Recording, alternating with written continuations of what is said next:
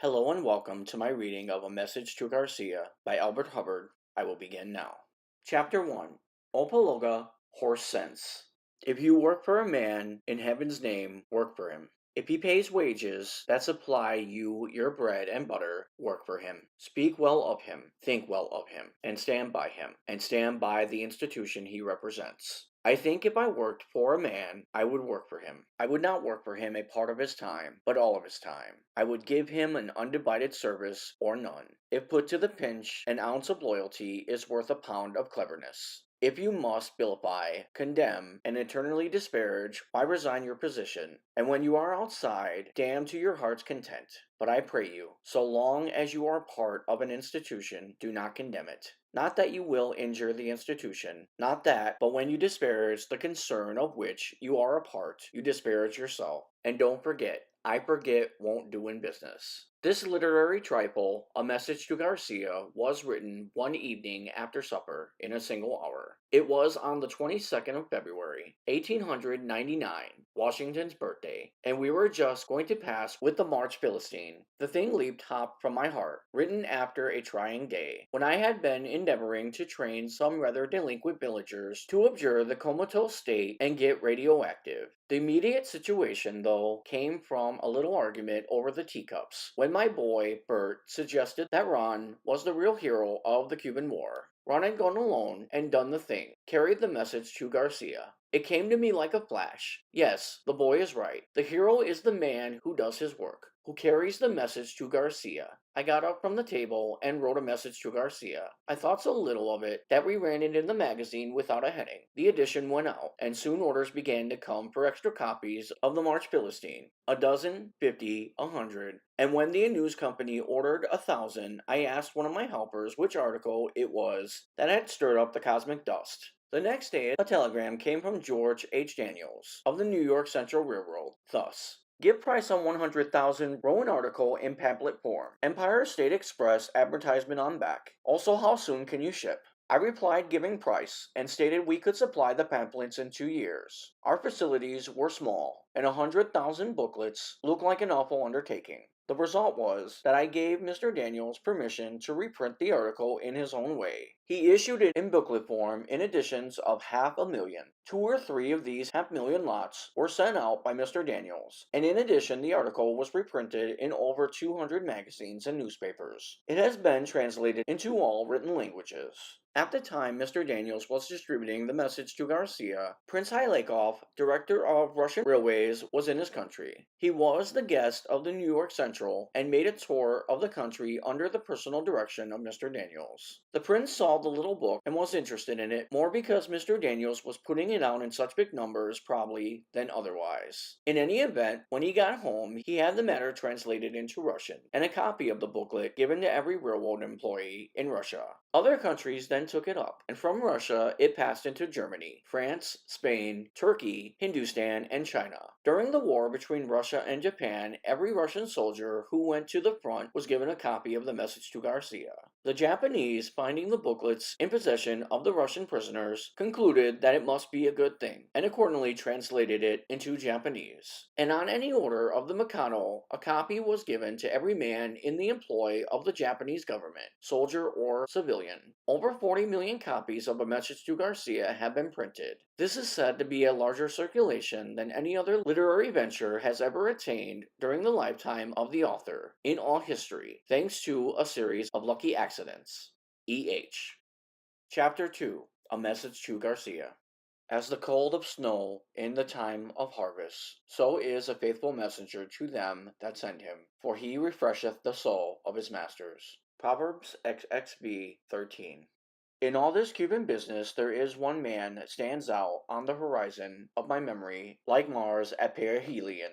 When war broke out between Spain and the United States, it was very necessary to communicate quickly with the leader of the insurgents. Garcia was somewhere in the mountain fastnesses of Cuba. No one knew where. No mail or telegraph message could reach him. The president must secure his cooperation, and quickly. What to do? Someone said to the president, there is a fellow by the name of Rowan will find Garcia for you, if anybody can. Rowan was sent for and was given a letter to be delivered to Garcia.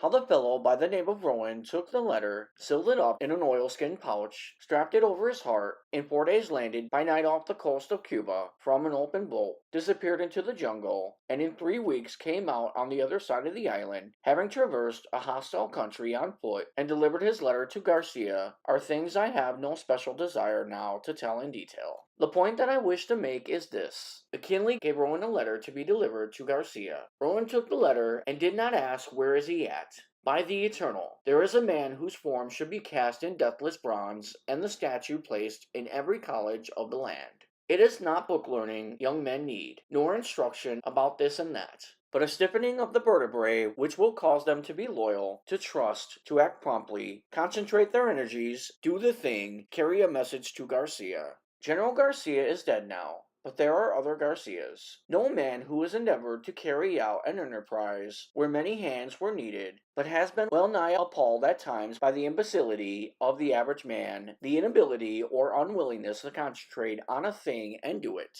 Slipshod assistance, foolish inattention, dowdy indifference, and half-hearted work seem the rule, and no man succeeds, unless by hook or crook, or threat he forces or bribes other men to assist him, or mishap. God in his goodness performs a miracle, and sends him an angel of light for an assistant. You, reader, put this matter to a test. You are sitting now in your office. 6 clerks are within call. Summon any one and make this request. Please look in the encyclopedia and make a brief memorandum for me concerning the life of Correggio. Will the clerk quietly say, "Yes, sir," and go do the task? On your life he will not. He will look at you out of a fishy eye and ask one or more of the following questions. Who is he? Which encyclopedia? Where is the encyclopedia? Was I hired for that? Don't you mean Bismarck? What's the matter with Charlie doing it? Is he dead? Is there any hurry? Shall I bring you the book and let you look it up yourself? What do you want to know for? I wasn't hired for that anyway. And I will lay you 10 to 1 that after you have answered the questions and explained how to find the information and why you want it, the clerk will go off and get one of the other clerks to help him try to find Garcia, and then come back and tell you there is no such man. Of course I may lose my bet, but according to the law of average, I will not. Now if you are wise, you will not bother to explain to your assistant that Correggio is indexed under the C's, not in the K's. But you will smile very sweetly and say, "Never mind," and go look it up yourself. And this incapacity for independent action, this moral stupidity, this infirmity of the will, this unwillingness to cheerfully catch hold and lift, these are the things that put pure socialism so far into the future. If men will not act for themselves, what will they do when the benefit of their effort is for all? A first mate with not a club seems necessary, and the dread of getting the bounce Saturday night holds many a worker to his place. Advertise for a stenographer, and 9 out of 10 who apply can neither spell nor punctuate, and do not think it necessary to. Can such a one write a letter to Garcia? "You see that bookkeeper?" said a foreman to me in a large factory. "Yes, what about him?" "Well, he's a fine accountant, but if I'd send him uptown on an errand, he might accomplish the errand all right, and on the other hand, might stop at 4 saloons on the way, and when he got to Main Street would forget what he had been sent for. Can such a man be entrusted to carry a message to Garcia?" We have recently been hearing much maudlin sympathy expressed for the downtrodden denizens of the sweatshop and the homeless wanderer searching for honest employment, and with it all often go many hard words for the men in power.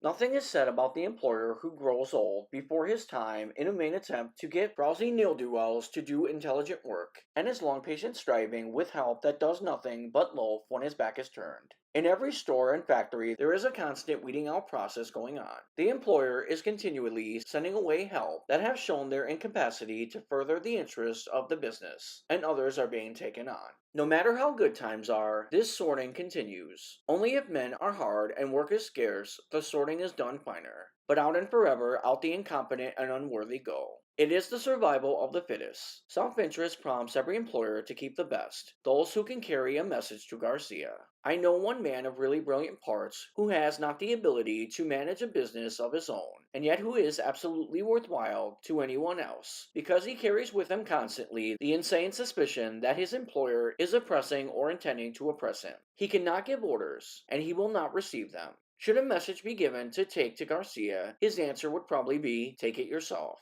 Tonight this man walks the streets looking for work, the wind whistling through his threadbare coat. No one who knows him dare employ him, for he is a regular firebrand of discontent. He is impervious to reason, and the only thing that can impress him is the toe of a thick-soled number 9 boot. Of course I know that one so morally deformed is no less to be pitied than a physical cripple, but in our pitying let us drop a tear or two for the men who are striving to carry on a great enterprise, whose working hours are not limited by the whistle, and whose hair is fast turning white through the struggle to hold in line downy indifference, slipshod imbecility, and the heartless ingratitude which, but for their enterprise, would be both hungry and homeless. Have I put the matter too strongly? Possibly I have, but when all the world has gone a-slumming, I wish to speak a word of sympathy for the man who succeeds, the man who, against great odds, has directed the efforts of others, and having succeeded, finds there's nothing in it, nothing but bare boards and clothes. I have carried a dinner pail and worked for day's wages, and I have also been an employer of labor, and I know there is something to be said on both sides. There is no excellence per se in poverty. Rags are no recommendation, and all employers are not rapacious and high-handed, any more than all poor men are virtuous. My heart goes out to the man who does his work when the boss is away as well as when he is at home, and the man who, when given a letter for Garcia, quietly takes the missive without asking any idiotic questions and with no lurking intention of churking it into the nearest sewer, or of doing aught else but deliver it, never gets laid off, nor has to go on a strike for higher wages. Civilization is one long, anxious search for just such individuals. Anything such a man asks shall be granted. His kind is so rare that no employer can afford to let him go. He is wanted in every city, town, and village, in every office, shop, store, and factory. The world cries out for such. He is needed, and needed badly. The man who can carry a message to Garcia.